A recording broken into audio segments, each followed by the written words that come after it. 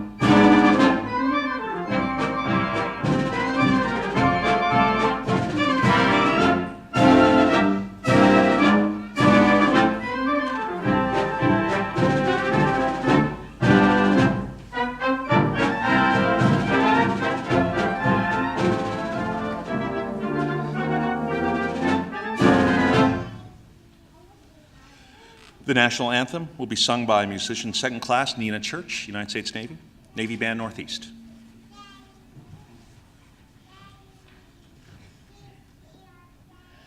Oh, say, can you see by the dawn's early light what so proudly we'd hailed at the twilight's last gleaming, whose broad stripes and bright stars through the perilous fight o'er the ramparts we'd watched were so gallantly streaming, and the rocket's red glare, the bombs bursting in air, gave proof through the night that our flag was still there. Oh, say, does that star-spangled banner yet wave o'er the land of the free and the home of the brave?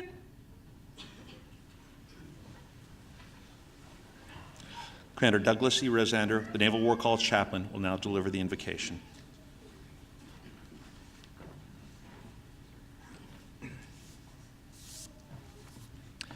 Let us pray. From the Psalms, Lord, you have been our dwelling place throughout all generations. Before the mountains were born, or you brought forth the earth and the world, from everlasting to everlasting, you are God. So teach us to number our days, that we may get a heart of wisdom. Gracious God in heaven, we ask for your presence among us today. This graduation marks a milestone in the life of each one being recognized for their many months of hard work and perseverance. Thank you for these men and women who have stepped up to tackle this course of study, and in so doing are able to better serve our nation and others. Thank you for their diligent instructors and guides, as well as their families and friends who have encouraged them along the way. Now please be with those being recognized today for their achievements, and keep us all mindful of your presence. In your holy name, amen. Ladies and gentlemen, please be seated. And for those of you standing in the back, there's plenty of seats over there, so come on down. Don't be shy. It gives me great pleasure today to introduce the members of our official party. Captain Alan J. Abramson, Chair, Joint Military Operations Department. Dr. Jay Hickey, Director, College of Distance Education. Dr. David Cooper, Chair, National Security Affairs Department. Dr. John Maurer, Chair, Strategy and Policy Department. Professor William Spain, Associate Provost. Pastor Mary Ann Peters, Provost. Rear Admiral John F. Kirby, Chief of Information, and Rear Admiral John N. Christenson, President, United States Naval War College. Good day, good afternoon, and welcome to all of you, all our guests at today's ceremony. We are fortunate today to have an alumnus from the Naval War College as guest speaker, a gentleman who graduated with distinction from the June 2000 class at the College of Naval Command and Staff, Rear Admiral John Kirby. I'd like to ask graduating student Lieutenant Commander Ryan Perry to introduce your guest speaker. Ryan?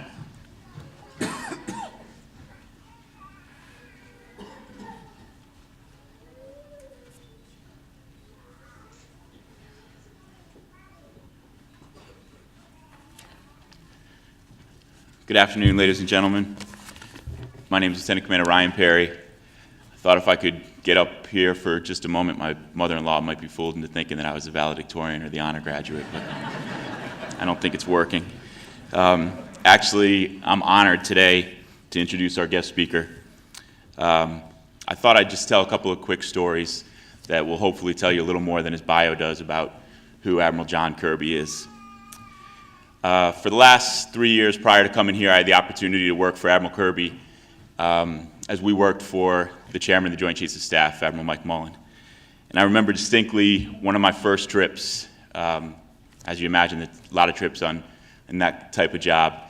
And we were headed off to Europe, in fact, and got on board nice and early, made sure I was all set. And as the chairman got on board, he graciously comes by, "Good morning, Ryan." I felt pretty solid. Boss knows my name. I'm in good shape. And then I noticed that the chairman's scanning the plane and making eye contact with almost everyone there. And then he kind of turns and he's staring back at the door. And just as the crewman gets up and closes the door, the chairman waves me forward to come see him. And I grab my notebook and my pen. And he leans in. He says, "Where's Kirby?" And I said, "Sir, I don't know if you remember, but Admiral Kirby's traveling to Pakistan right now with Ambassador Holbrooke and Secretary Clinton." And he just kind of puts his head down, shakes it. He said, "We'll be lucky if we ever get him back." Needless to say, my confidence wasn't exactly soaring at that point. But "Where's Kirby" became somewhat of a theme for my 3 years on the Joint Staff, whether it was journalists like Tom Friedman or David Ignatius or Tom Shanker calling the office, and it was always really nice of them to feign interest in what I had to say, and we would chat for a few minutes, but I knew where the conversation was heading, and inevitably we'd get to the point where it was, "So, where's Kirby?" Sorry he's not in right now, but and then as combatant commanders would come back for testimony on the Hill, they'd routinely stop in the office, and we would scurry as General Petraeus is standing in front of us, or Admiral Stavridis, and the office just spinning. And they would poke their head around, and same question, "Where's Kirby?" I remember distinctly on May 2nd, 2011, that I was the one asking the question. I got a call from the Battle Watch captain on the Joint Staff, and all he said was, "Hey, you need to get in here." So I threw on a uniform, rushed out the door, phone's ringing, my wife's answering calls, and it was clear that the national media had gotten wind that the president was about to go out to make a major announcement and that it had something to do with bin Laden. So my natural instinct was, where's Admiral Kirby? I'm calling his house, his cell, the office. And I run into the office thinking he'd be there as soon as I opened the door. Not so much. So phone's ringing, I pick it up, and he says to me, "Hey, Ryan, you doing okay?" I said, "Yes, sir, I'm doing all right. Where are you?" And he says, "Been at the White House all day. The boss brought me over here. We're getting ready for the president to go out." I thought, of course you are. There's never a doubt. So I would just say that where's Kirby, the theme that I lived with for 3 years, the answer was always wherever the most difficult decisions that faced our military and indeed our country were being made, that's where Admiral Kirby was. Today, he's with us, and I think we're lucky to hear from him. So ladies and gentlemen, Rear Admiral John Kirby.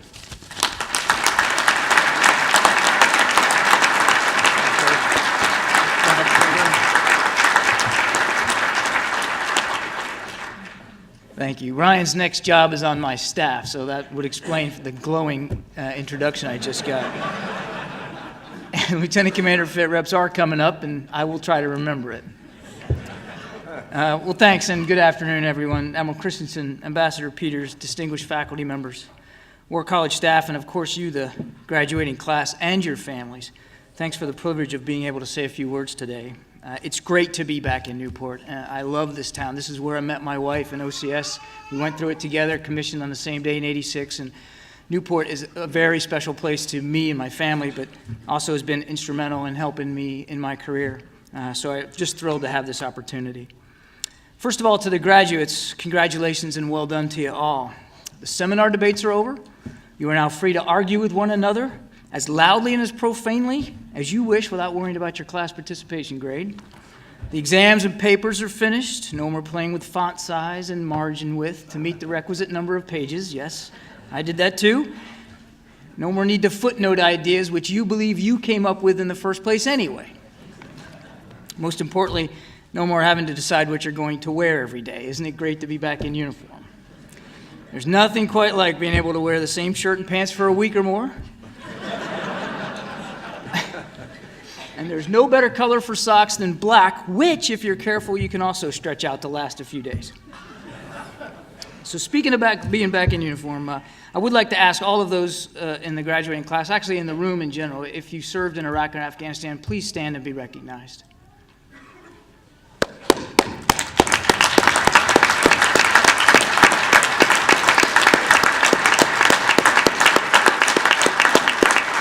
Thank you.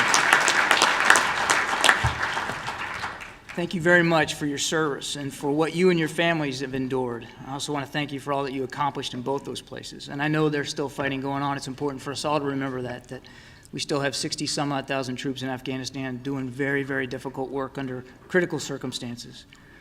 And I'd also like to take this opportunity to thank your families as well, because they serve every bit as much as we do, and sometimes they sacrifice more. So I want to thank the families as well. Please help me thank and recognize the families.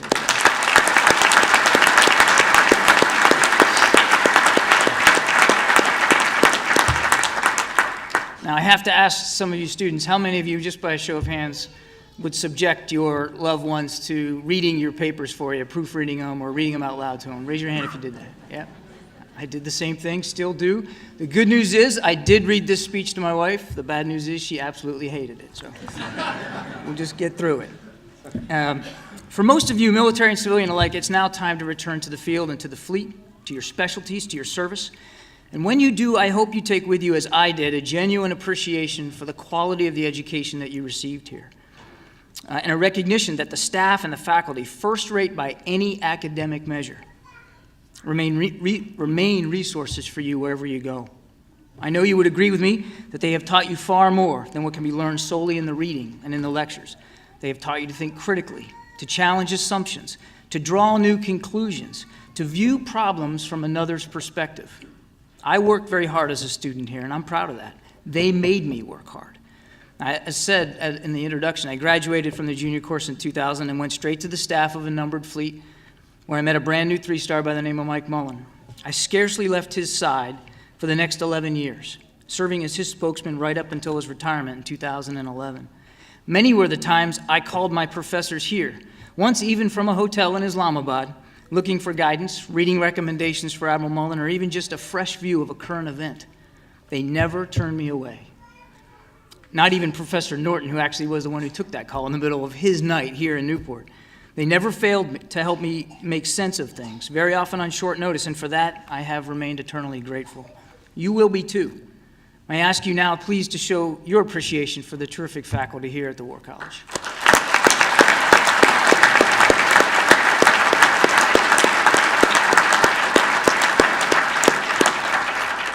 I noticed some of the faculty actually applauding, no doubt happy to get rid of some of you. I don't think anybody's going to miss Ryan around here. Now, it's been a long time since my graduation. A lot certainly happened in the intervening years to our country, to the military, even to me. And I wanted to share just a few observations I've made having had the opportunity, I'm very grateful for the opportunity, the real privilege of being able to witness national security decision-making at a fairly high level of the government. I share these not as an expert, but as an observer, not as a warrior, but as an advisor.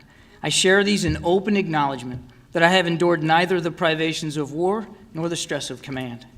I share them only in the hope that as someone distant but not too distant from it all, I can be of some use to you. First, we in the military must do a better job understanding and relating to the people we defend. We have learned Farsi and Arabic and Pashto. We have sat cross-legged in shura and tribal councils, and yet I worry sometimes that we do not pay our fellow Americans the same courtesy. We do not talk with them. Too often we talk at them. We believe they don't understand us, that because so few of them have ever served in uniform, they couldn't understand us. And there's certainly some truth to that, but is it solely their fault? We are, after all, volunteers in a proportionally small military. Americans can choose to serve or not. That has to be okay with us, because not everybody in the world has that same choice. And even for those who choose to serve, there are only so many spots open in our boot camps, only so many people qualified to join our ranks. As you well know, those ranks are probably going to get much thinner here with the budget uncertainty we're facing. And yet, were we to be honest with ourselves, we would have to admit that we have been well-resourced and fully supported by the home front. The American people have, through their elected representatives, given us all the tools we've needed to fight 2 wars. They have tried to find us jobs and provide us education when we get out. They have thanked us over and over again in airports and parades and in cities all over the country. They may not know us, but they do support us. Yes, more should be done to care for our veterans, and more can be done to keep Americans informed about our needs, especially in this time of budget uncertainty. But no one can say we've been neglected. No one can say we've been forgotten. Americans are simply confronted by other problems today, problems we might have a little difficulty understanding from the relative permanence of our profession. They are losing their jobs, their homes, their livelihoods. They can be forgiven for being distracted and perhaps even a little tired of war. Indeed, many Americans don't bother themselves with fully understanding the specifics of what we do, principally because they are so confident in our abilities. Better we should belong to a society like that, one that trusts us and winces from war, than one which lusts for it. We should remember we work for them. We come from them, and so shall many of us return. Let us do so dedicated to the shared obligations of citizenship, to the measured and informed dialogue it is their right and ours to expect and to nurture. When someone takes the time to thank me for my service, I always take the time to thank them for their support. I try to remember that to the degree there is a civil-military gap in this country, we share an equal burden of the task in closing it. Second, I believe we would do well to better understand politics and politicians in this country.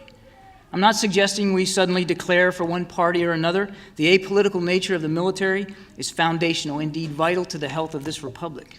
We can never surrender that independence nor place in jeopardy the principle of civilian supremacy. For my part, I have worked hard in recent years to learn the dynamics, the major muscle movements of our democratic system, so as to better appreciate how policies are developed and why they are so crafted. As a spokesman, I have to be able to explain those things.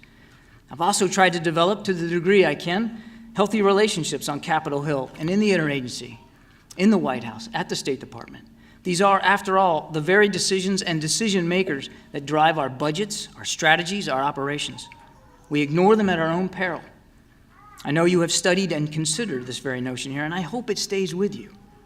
Because I have been struck in just the last couple years, indeed the last couple weeks, by comments from military officers who, in their disdain for the bitter partisanship that has gripped Washington, dismiss it as something beneath them.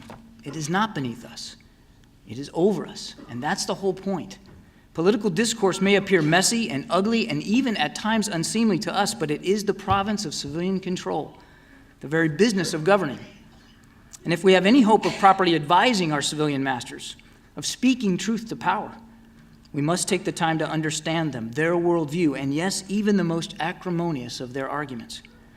Politicians are every bit as patriotic as we are. And in the political world, as in many others, relationships and trust are critical. You don't build trust in a day, you build it over time, your time. As you prepare to return to your duties, I'd ask you to consider also the duty of becoming politically astute, of working on those sorts of relationships.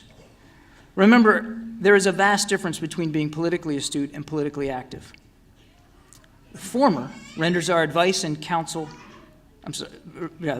politically active and politically astute. The former renders our advice suspect. The latter lends it credibility and weight. While he firmly believed the military should play no role in political matters, Admiral Mullen recognized we could not be wholly divorced from it. Though he had developed solid relationships on the Hill for many years, he was surprised in the early days of his chairmanship that each week would find him at the White House so often and for so long, that he and the chiefs needed to discuss and understand political factors as much as they did operational ones. What he refused to do, of course, was attempt to make political decisions or give political advice. My job is to tell them what they need to hear, he always said, but I have to listen to what they need to say. Listening to what people need to say brings me to my final point. We must improve our understanding of the complex and very dynamic information environment today. It troubles me to see doctrine and plans and operational memoranda that speak to public communications as some sort of weapon that can be fired downrange, some sort of effect that we are trying to achieve. It is neither. It is an obligation, a requirement to explain ourselves, to justify our actions, to put into context what we are doing and why we are doing it. The whole debate over strategic communications ignores the reality that we live increasingly in a participatory culture. People aren't waiting to lap up our messages anymore. They don't want access to information. They want access to conversation. They want to be heard. Ours is a post-audience world where we can no more control the narrative than we can control the weather. What we can do is find ways to take part in that conversation, to inform it, even to guide it at times. But that requires a certain humility that I worry we don't always possess. It requires us to listen as well as speak, to solicit as well as to inform, to be willing to admit of our own shortcomings and accept sometimes brutally frank feedback. Now, I'm very active on Twitter and Facebook and social media personally and professionally. And on all those places, I've been called a buffoon, an idiot, and a hopeless flack. But I think my wife was just angry when she wrote that. She later apologized. The point is that I know my credibility, and that of the Navy is enhanced when I endeavor to join a discussion rather than lead it. That can be a hard thing for us to do, letting go of leadership a little bit. But in this brave new world of instant communications, letting go actually means getting ahead. As you rise to command, you can help your unit get ahead by taking seriously your role as the communicator-in-chief. You must set the example, not by driving the message, but by joining the conversation, by listening, letting go, and ceding some control. My hope for all of you as you let go of your time here in Newport is that you use this wonderful, truly amazing education that you've earned to help us all as a military get ahead in difficult times. Much of what you learned here you will apply in ways you cannot possibly predict right now. Enjoy that journey of discovery. Let it take you where it may. Reach out to new people. Reach back here for good advice. Work hard to improve your understanding of both the nation you serve and the people you defend. The learning doesn't end today, it just merely continues. Thank you. Godspeed to you all.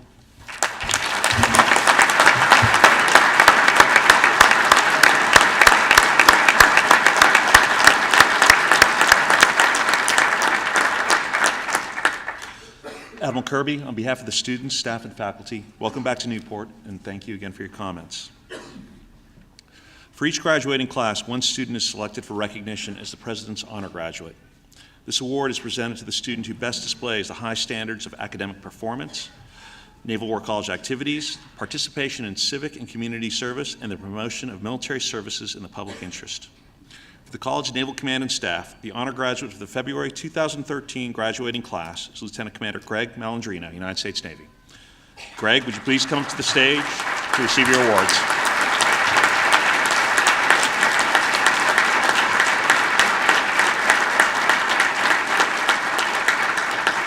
Along with the certificate, Greg is receiving an engraved Weems and Plath compass from the Naval War College Foundation, and his name will be added to the perpetual plaque of the President's Honor Graduates that is going up soon.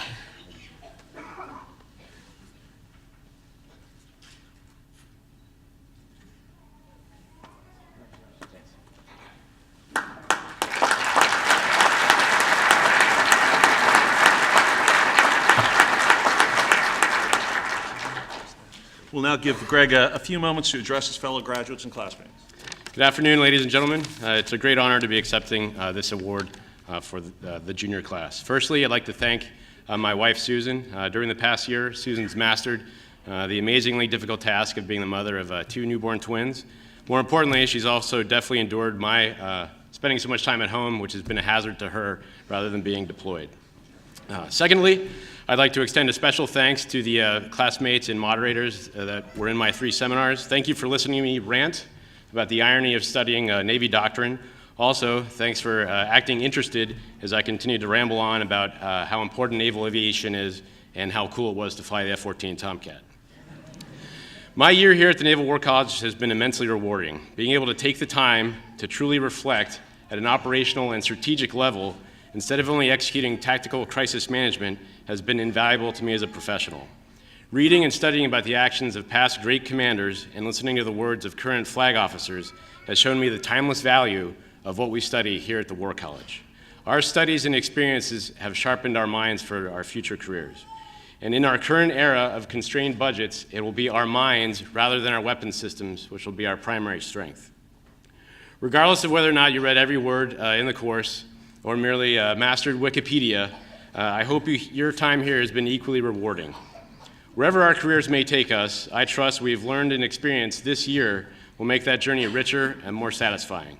At a minimum, we'd all be well served to remember the following 3 maxims. Clausewitz can cure the common cold, an ounce of Sunza a day helps keep culmination away, and finally, Mahan is always right, even when he's wrong. Lastly, thank you very much, Admiral Kirby, for speaking today at our graduation and for your wise words. As a gift for returning to Spruance Hall, he's being given a Naval War College spill-proof coffee mug. Apparently, back in 2000, when you were here, students were allowed to drink in Spruance. Now, because I guess we didn't do too well with our coffee and our drinks, we're required to have a spill-proof mug. So when you return and the next time you're in Spruance, sir, here's your new mug.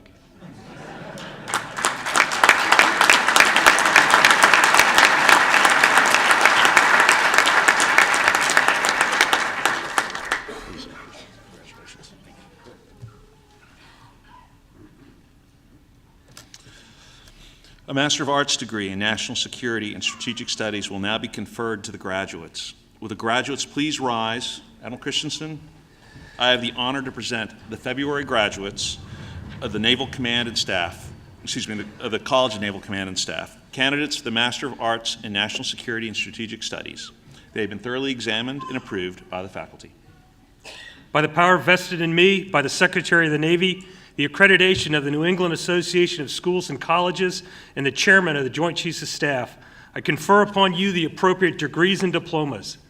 Ladies and gentlemen, please join me in saluting with our applause the February graduates of the United States Naval War College.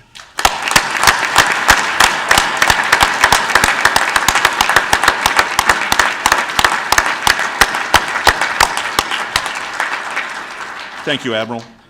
Graduates, please be seated.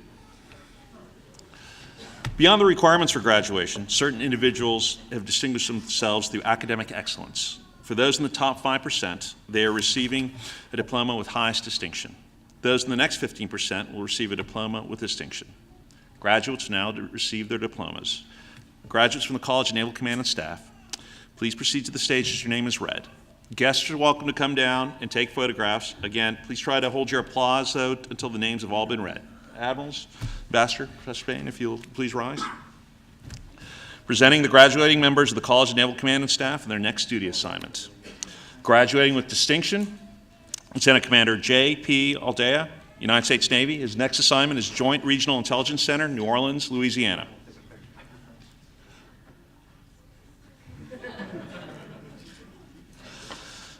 Major Eric A. Andreasen, United States Army. His next assignment is to command Charlie Company, 4th Battalion, 7th Special Forces Group, Fort Bragg, North Carolina. Lieutenant Georg G. Andrews, United States Navy. His next assignment is Naval Submarine School, Groton, Connecticut. Lieutenant Commander Stephen A. Adello, United States Navy. His next assignment is United States Northern Command, Colorado Springs, Colorado. Major Tyler Bardo, United States Marine Corps. His next assignment is to be an F-35B instructor with the Warlords of Marine Fighter Attacks Training Squadron 501, Eglin Air Force Base, Florida. Lieutenant Commander John A. Benda, United States Navy. His next assignment is to Surface Warfare Officer School, Newport, Rhode Island. Lieutenant Colonel Michael P. Bentley, United States Army. His next assignment is to the National Geospatial Intelligence Agency, Fort Belvoir, Virginia. Lieutenant Commander Manuel E. Biescoechea, United States Navy. His next assignment is to U.S. Strategic Command in Fort Belvoir, Virginia. And yes, I butchered his name. So, Lieutenant Commander Brian J. Billington, United States Navy. His next assignment is to the United States Joint Forces Command, Norfolk, Virginia. Lieutenant Commander Joseph Paul Bobrowski, United States Navy. His next assignment is to Commander United States Forces Japan, Yokota, Japan.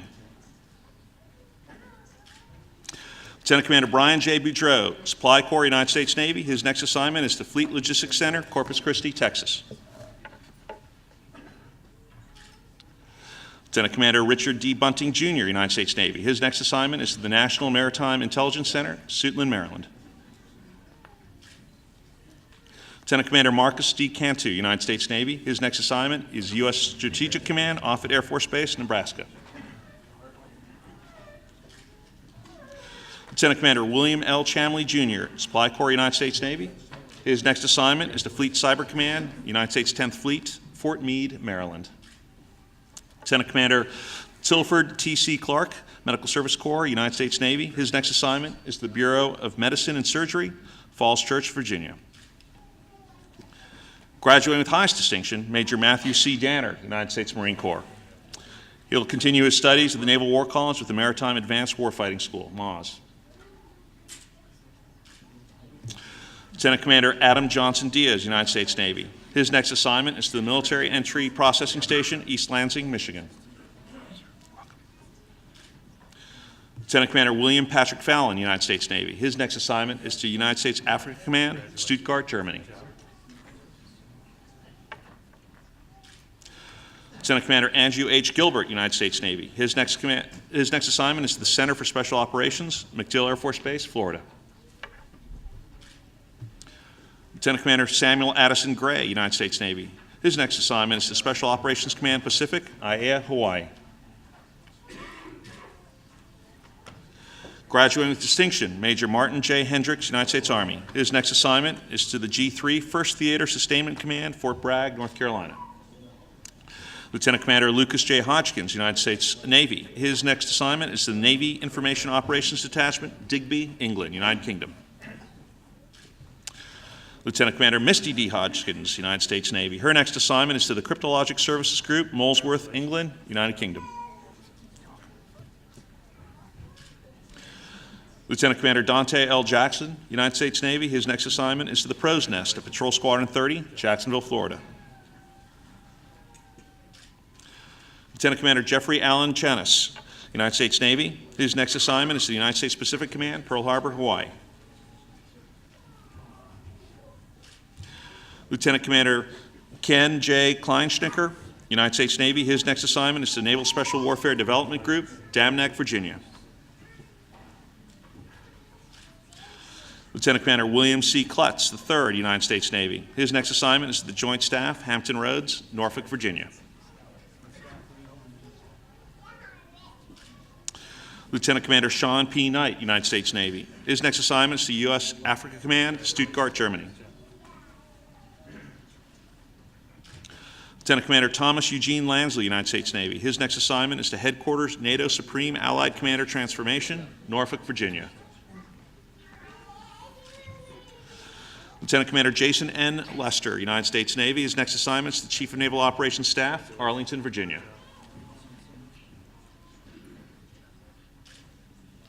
Graduating with distinction, Lieutenant Commander Craig Liddy, United States Navy. He'll continue his studies with international programs at the Naval War College with Naval Staff College 82.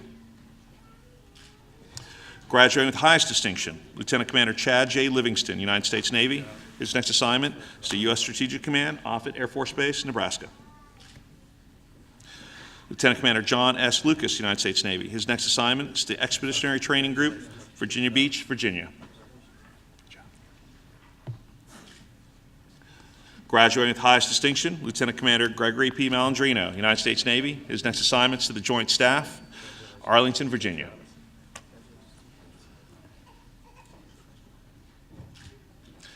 Graduating with highest distinction, Lieutenant Commander Mitchell S. McAllister, United States Navy. His next assignment is to the Joint Staff, Hampton Roads, Norfolk, Virginia. Lieutenant Commander Milton Brandon McCauley, United States Navy. His next assignment is to the staff of the Naval War College, Newport, Rhode Island.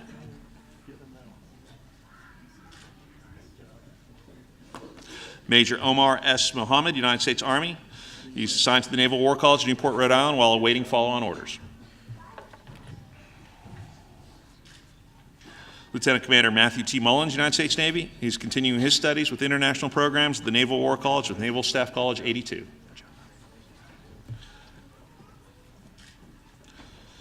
Major Michael D. Murphy, United States Army. His next assignment is to the 4th Infantry Division, Fort Carson, Colorado. Lieutenant Commander Thuan Minh Nguyen, United States Navy. His next assignment is to Expeditionary Combat Readiness Center, Norfolk, Virginia.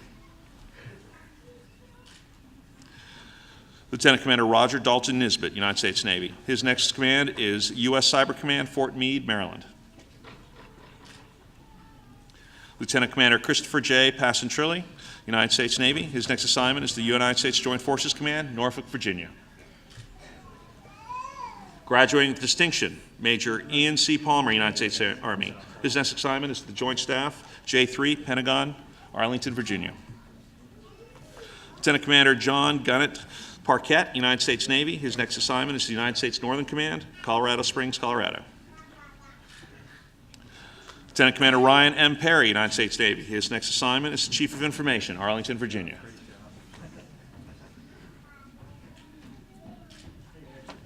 Graduating with distinction. Oh, yes, sir.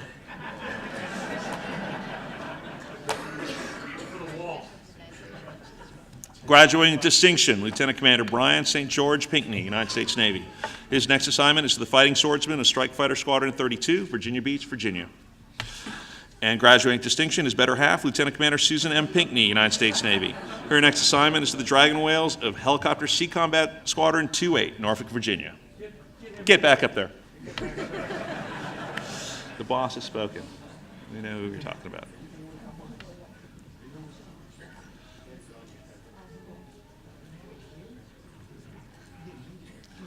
Well, then we'll have to have the Hodgkins back as well then.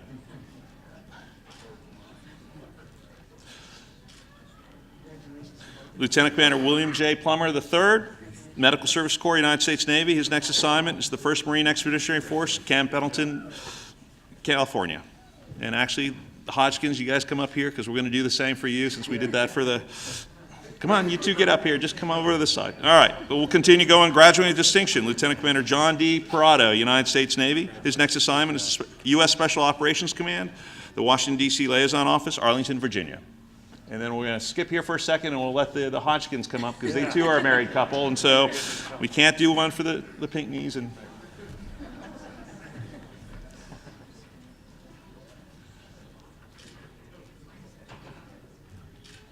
okay.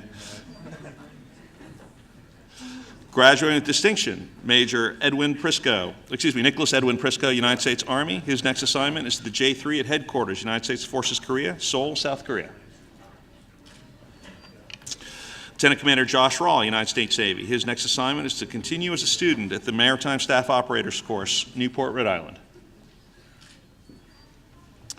Major Racine Robertson Randolph, United States Army. Her next assignment is to Cadet Command, 4th Brigade, Fort Bragg, North Carolina. Lieutenant Commander Michael P. Riddell, United States Navy. His next assignment is to Naval Surface Forces, Atlantic, Norfolk, Virginia. Lieutenant Commander Jefferson Paul Sargent, United States Navy. His next command is to the Merlins of Helicopter Sea Combat Squadron 3, North Island, California. Lieutenant Commander Eric David Severson, United States Navy. His next assignment is the Black Knights of Helicopter Sea Combat Squadron 4, North Island, California. Lieutenant Commander Thomas Arthur Shear II, United States Navy. His next command is the Navy Reserve Forces Command, Norfolk, Virginia. Lieutenant Commander Victor B. Sheldon II, United States Navy. His next assignment is Surface Warfare Officer School, Newport, Rhode Island.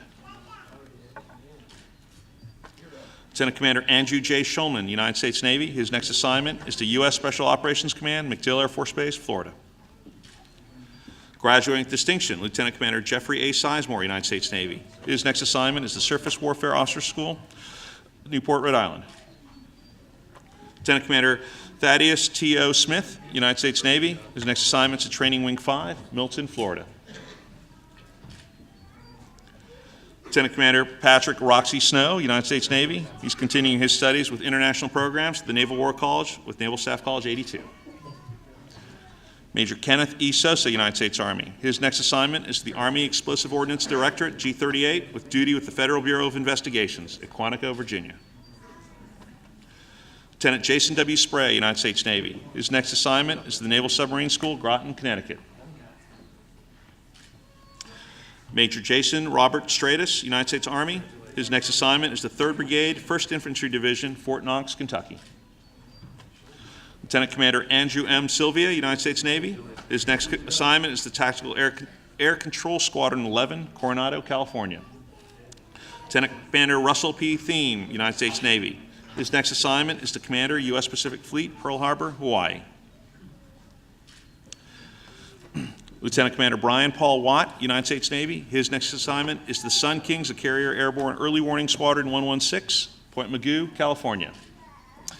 And 4 graduates are unable to be here today as they were required to detach last week. They are Lieutenant Commander Todd Dale Malachy, Supply Corps, United States Navy. He's en route Mobile Construction Battalion 4, Port Hueneme, California.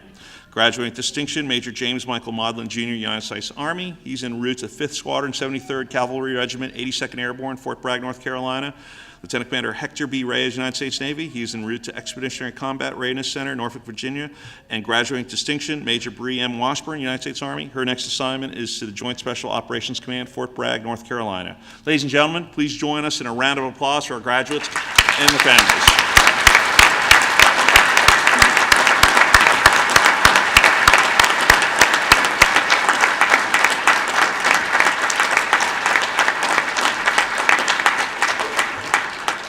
Admiral Christenson will now issue the charge to the graduates. Admiral, if you'd proceed to the podium. I want to start by saying thank you to Admiral Kirby for that absolutely phenomenal speech. If I wasn't proud of being the president of the War College before he spoke, I'm definitely proud to be the president and also to be a fellow graduate. And for all of you in the class, if you weren't proud, if you don't know what you can do with your education, you saw a great example. So on behalf of all of us here, Admiral Kirby, thank you for coming down and giving a remarkable speech.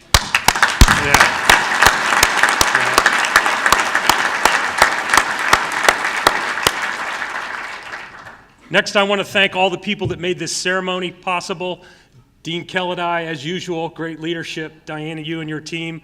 Navy Band Northeast, I love you guys. 700 events a year. There's only 41 of you. Petty Officer Church, beautiful job. Thank you all, Navy Band. Events, Karen Sellers, Steve and AV, everyone who made this ceremony happen, thank you very much.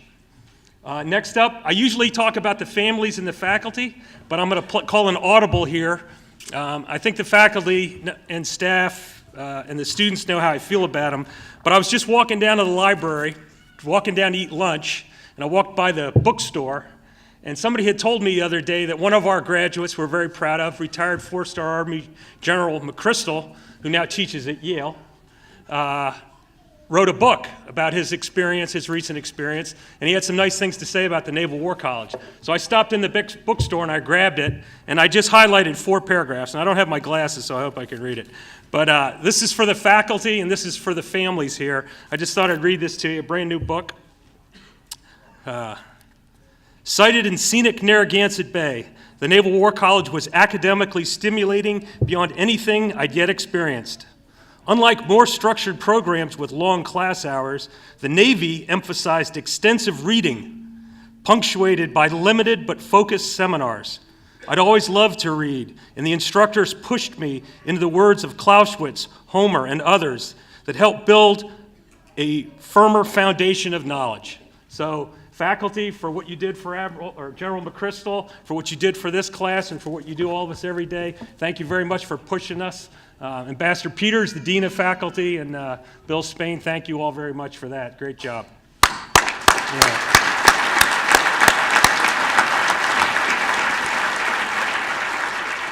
A couple of other things I liked. Classes were only 4 days a week.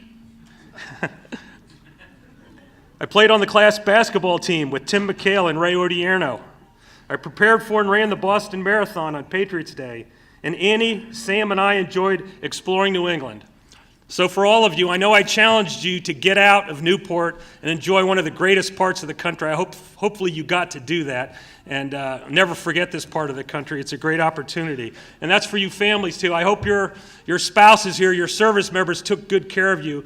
This is supposed to be the best year of your brain's life, but also the best year of your body and your family's life, and I hope you made the most of it. And for you students that are out there, there's still time if you haven't gotten to all those places and run that marathon. Let's see here. Now here's this, I usually comment about how hard it is to be here studying when you have shipmates who are in theaters of war and you have people who are doing very lucrative things like serving in the E-ring in the Pentagon. But you've spent a year devoted to your development of your mind and your family, and I want you to know that you're not alone in thinking that you may have missed something. It's difficult. This is General McChrystal talking about missing Panama in Operation Just Cause when he was here as a student. It's difficult to explain a soldier's feeling about missing a combat action. Soldiers don't love war, but often feel professional angst when they have to watch one from the sidelines. Reports of the Rangers' performance gave me pride, but also guilt and embarrassment that I wasn't there. So you're not alone, and as I've told you before, if you're having a bad day, go read a good book. You're not doing anything for the first time. Finally, for all those spouses out there, I've got the world's best one, 22 years. I hope all of you had your spouses here with you. If you did it geographically separated, my apology to you, and on behalf of the nation, thank you for making that additional sacrifice for this education. But here he is talking about his wife, telling him to get over missing Just Cause. It was the proverbial 2x4 to the forehead, swung as only Annie can. I wanted sympathy, but it was the last thing I really needed. I still loved being a soldier, so I told her I'd buck up. So there was yet another military spouse being just what the soldier, the sailor, the airman, Marine needs when he needs it. So a little bit audible there. Thank you, everyone, who made this ceremony happen. Thank you, Admiral Kirby, for a phenomenal speech. Thank you to the world's best faculty for all you do every day to make this college everything it is.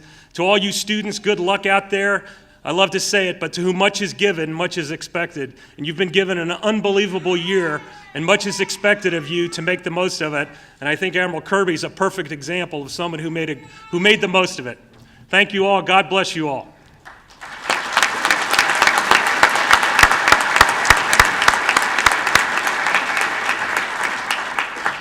Chaplain Rosander will now deliver the benediction. Will you please rise?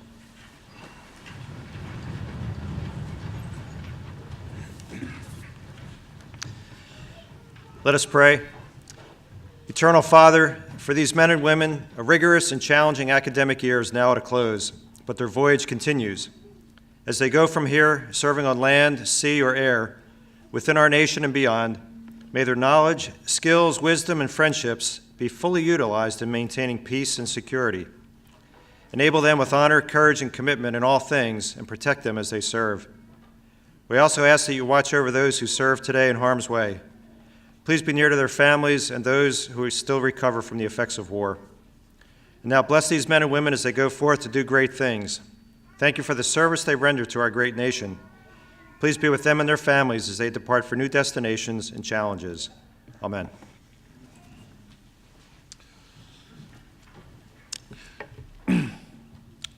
This concludes the ceremony. There's cake and punch in Spruance lobby. Please remain standing for the departure of the official party.